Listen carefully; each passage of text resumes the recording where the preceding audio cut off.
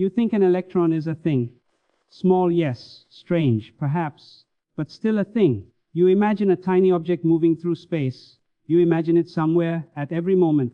You imagine that if you had better eyes, better tools, you could finally see what it is doing. I tell you, this is your first mistake. You have smuggled the word thing into a domain where it does not belong. A thing has a position, a thing has a path, a thing exists quietly, whether you look at it or not. You assume the electron must obey this grammar. You assume it must behave like a miniature stone, a reduced planet, a smaller version of the familiar. It does not. The difficulty is not that electrons are complicated objects. The difficulty is that they are not objects in the way you think. You keep asking, where is it? What is it doing? And you do not notice that the very structure of these questions already presumes too much. You demand that nature behave like furniture, like machinery, like something solid. But the electron refuses your expectations. It does not misbehave. It simply does not behave like a thing. If you insist on treating it as one, you will misunderstand every experiment you perform. So before we begin, I must take something from you. I must take away the word thing. Only then can we speak clearly. Before we speak of electrons, we must speak of you. You believe you know what a thing is. You never questioned it. You never needed to. A thing occupies space. A thing persists through time. A thing has a location, whether or not you look at it. A thing can be pointed to. You think this definition is obvious. It is not obvious. It is inherited. When you say stone, you imagine something solid, bounded, self-contained. When you say planet, you imagine a body following a path. When you say particle, you imagine a smaller version of the same. You shrink the size. You keep the concept. That is your mistake. Inside your mind, the word thing carries hidden commitments. Continuity, trajectory, independence from observation. You assume that if something exists, it must exist somewhere. You assume that if it moves, it must follow a path. You assume that if it is real, it must possess its properties whether you measure them or not. You do not notice these assumptions because they work perfectly in daily life. If you leave a chair in a room, it remains there. If a planet circles a star, it traces a calculable orbit. If you throw a ball, it does not hesitate about its position. So you extend this certainty downward, smaller scale, same rules. But I must ask you, why should the rules of furniture apply to electrons? You call the electron a particle. Immediately, you imagine a tiny bead of matter, a minute object, perhaps difficult to see, but still obedient to the logic of things. And yet, every time we perform experiments at the atomic scale, that logic fractures. The electron refuses to sit still as an object. It refuses to occupy a single, well-defined path unless forced. It refuses to carry its properties independently of the conditions we impose. This is not because it is complicated. It is because your concept of a thing is too rigid. You are not merely studying a small object. You are confronting the limits of objecthood itself. If you insist that an electron must be a thing in the classical sense, you will distort every result to fit that expectation. So I ask you to examine your own language. What do you mean when you say something is? If you cannot loosen that meaning, you will never understand why the electron does not behave like what you call a thing. This is the first surrender, not of knowledge, but of certainty about what existence must look like. Let us now test your definition. You believe a thing travels along a path. Very well. Then let us watch an electron travel. Imagine a simple arrangement. A source emits electrons. Ahead of it, a barrier with two narrow openings. Beyond that, a screen that records impacts. If electrons are things in the classical sense, the outcome should be simple. Each electron passes through one opening or the other. It strikes the screen. Over time, you would expect two bands, one behind each opening. That is what things do. But when we perform this experiment carefully, patiently, one electron at a time, something remarkable occurs. The pattern that builds up on the screen is not two bands.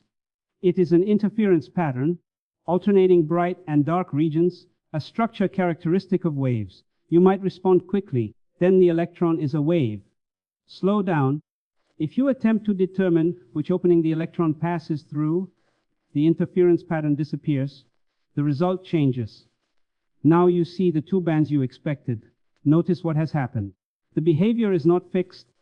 It depends on the experimental arrangement. If the electron were a thing in the classical sense, its path would exist whether you measured it or not. Your curiosity should not rewrite history. Your question should not alter the pattern, but it does. The mere act of arranging the experiment to ask, which opening, transforms the outcome. You are forced into an uncomfortable conclusion. The electron does not carry a definite trajectory independent of the conditions of observation. Its behavior is not a pre-written story waiting to be revealed. It is defined in relation to the experimental context. You may attempt to rescue the object. You may imagine hidden paths, unseen variables, secret mechanisms. But these additions are not demanded by the phenomena. They are demanded by your attachment to objecthood. The experiment itself is clear. When left unobserved in one sense, the electron produces a pattern requiring the language of waves. When forced into the question of path, it answers in the language of particles. It does not behave like a stable thing traveling quietly through space. It behaves like something that refuses to be pinned down by your categories. The object breaks here, not because reality is chaotic, but because your definition of a thing cannot survive the experiment. You must now confront a possibility you resisted. Perhaps the electron is not a miniature object at all. You still cling to one refuge. Even if the electron behaves strangely, you tell yourself it must still be somewhere. Perhaps its path is hidden, perhaps its motion is subtle, but surely at every moment it occupies a definite location. This belief feels unavoidable. To exist is to be somewhere. This is what you think. Now I must take this from you as well. When you ask, where is the electron before I measure it? You assume that the question refers to something real and well defined. It does not. In the quantum description, the electron is represented not as a point in space, but as a mathematical object that encodes possibilities. Not a location, but a distribution of potential outcomes. You may interpret this as ignorance. You may say, we simply do not know its true position. But this is a classical reflex. It assumes there is a true position waiting in silence. The structure of the theory resists this assumption. If you prepare an experiment to measure position precisely, you obtain a sharp result. But in doing so, you disturb other aspects of the system. If instead you design an experiment to measure momentum precisely, position becomes undefined in the same sense. You cannot combine both into a single, complete description. You may protest, the electron must still be somewhere. We simply lack access. I insist, this is not what the theory says. Between measurements, you are not entitled to assign definite classical attributes. The concept of where it is belongs to a specific experimental context. Outside that context, the question has no operational meaning. You are accustomed to thinking that uncertainty reflects ignorance. At the atomic scale, uncertainty reflects structure. It is not that the electron hides its location. It is that location, as you imagine it, is not an intrinsic property waiting to be read off. Location emerges when you create the conditions that define it. You see how radical this is. Existence is no longer equivalent to occupancy of a point in space. The electron does not sit somewhere carrying a secret coordinate. It exists as a set of possibilities constrained by physical law, and only when you intervene in a particular way does one of those possibilities become actual. You must resist the urge to fill the silence with classical imagery. The silence is not concealment. It is the absence of a property that you have no right to assign. When location itself becomes conditional, your idea of a thing begins to dissolve completely. Now you attempt a compromise. You say, very well. Perhaps the electron is sometimes a particle and sometimes a wave. You imagine it switching costumes, wearing one mask in one experiment, another mask in the next.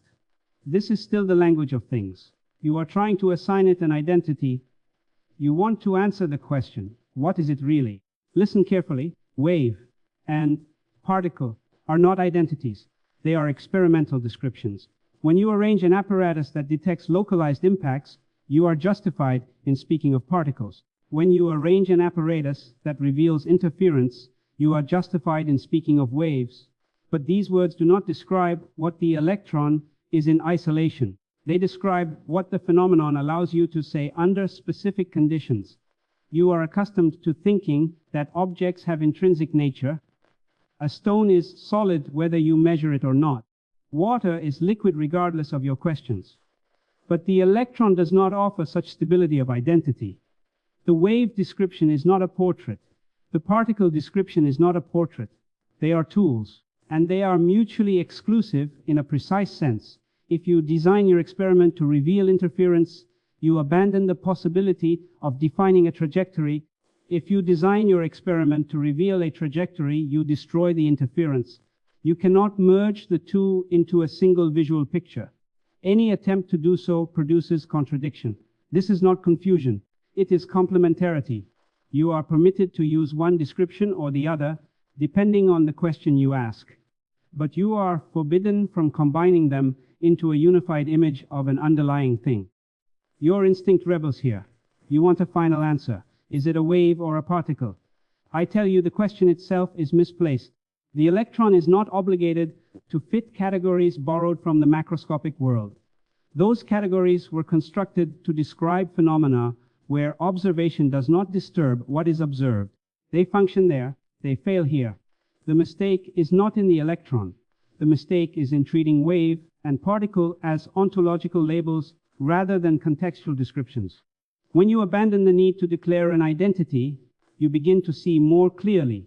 The electron is not a thing choosing between two behaviors. It is a quantum entity whose manifestations depend on the total experimental arrangement.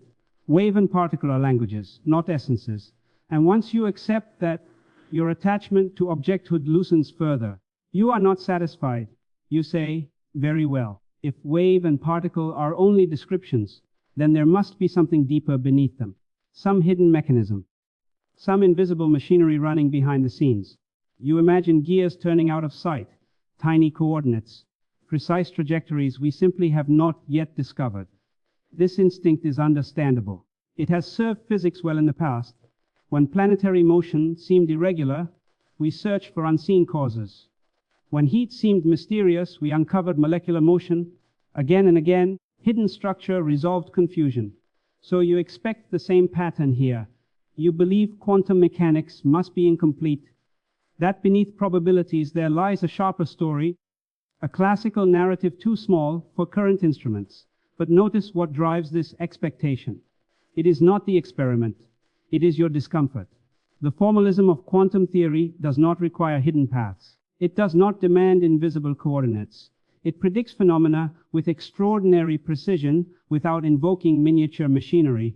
You introduce hidden mechanisms not because evidence forces you to, but because you cannot bear the absence of a thing, like explanation. You want the electron to behave like a watch whose inner workings are concealed. But the quantum structure resists this analogy. If you attempt to assign definite trajectories behind interference, you must add assumptions that cannot be tested without destroying the very pattern you seek to explain. If you attempt to restore classical determinism beneath uncertainty, you alter the conditions that made the phenomena possible. You are chasing a picture that restores comfort, not clarity. I do not deny that alternative formulations can be constructed. Physics allows mathematical reformulations, but you must ask, do they add empirical content? Do they change what can be said about observable phenomena? If they do not, then the hidden machinery is not a discovery, it is decoration. The demand for a deeper classical layer is a psychological demand. You want the world to be made of objects moving according to concealed rules. You want the electron to be a tiny machine part. But quantum phenomena do not behave like hidden clockwork. They behave like structured possibilities constrained by experimental context. There is no evidence of a classical world hiding beneath the quantum one, waiting to be uncovered.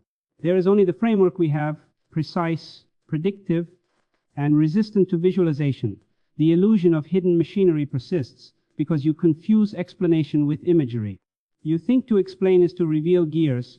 At this scale, explanation means identifying principles that govern outcomes, even when no picture accompanies them. You must learn to accept that clarity does not always arrive in the form of a mechanism. Sometimes it arrives as a boundary, Now we must change the language entirely. You continue to speak of the electron as though it were an object moving through space. I ask you to consider another possibility. The electron is not an object in isolation. It is a phenomenon. This distinction is not poetic, it is precise. An object, as you understand it, exists independently. It carries its properties with it. It waits to be discovered. A phenomenon, however, is inseparable from the conditions under which it appears. When you observe a rainbow, you do not ask where it exists when no one is looking.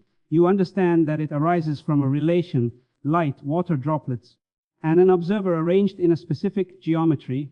Remove the conditions, and the rainbow vanishes. You do not accuse it of ceasing to exist as a hidden object. You recognize it as a phenomenon. The electron must be approached in this way. When you design an experiment, you create the conditions under which certain outcomes become possible. The click in a detector, the trace on a screen, the discrete transfer of energy, these are phenomena. The electron is not a tiny bead traveling secretly between these events. It is the structured set of possibilities that culminate in such events when the arrangement permits. You may feel resistance. You want something solid, something enduring, something that moves from point to point behind the scenes. But the theory does not grant you that picture. Between experimental interactions, the electron is described by a formal structure encoding probabilities. This structure is not a miniature object. It is a rule for the appearance of phenomena. When a measurement occurs, one outcome is realized, not because a hidden particle finally revealed its path, but because the conditions defined which aspects could manifest. The electron, then, is not a thing that sometimes behaves strangely. It is a quantum entity whose identity is inseparable from the experimental context. You cannot peel it away from the apparatus and imagine it wandering freely with well-defined attributes. Such an image belongs to classical thinking. The mistake has been to imagine that reality must be built from independent objects. At the quantum level, what is fundamental is not objecthood, but relation. The electron is not discovered as a thing. It appears as a phenomenon, and this shift from object to phenomenon dissolves the final fragments of your classical expectation. Now you stand at the edge of a transformation. You began with the belief that reality is made of things, solid units, independent objects, small pieces assembled into larger ones. This belief felt natural. It felt unquestionable. But step by step, it has unraveled. The electron does not behave like a thing. It does not carry definite properties independent of context. It does not trace hidden paths behind the scenes. It does not possess an identity as wave or particle. What remains then? Not chaos, not mystery in the sense of ignorance. What remains is structure without imagery. You discover that the foundation of reality is not objecthood, but principle, not substance, but relation, not miniature furniture of the universe, but constraints on what can occur. You have been seeking solidity. Instead, you find coherence. You have been demanding pictures. Instead, you find laws that govern possibilities. The world does not dissolve when you abandon things. It becomes more subtle. You see that existence at the quantum level is not about where something is at every instant. It is about what can be said when conditions are specified. It is about the harmony between preparation and outcome. This does not diminish reality. It refines it. You are forced to accept that your intuition evolved for survival, not for ultimate comprehension. And when you release its demands, something remarkable happens.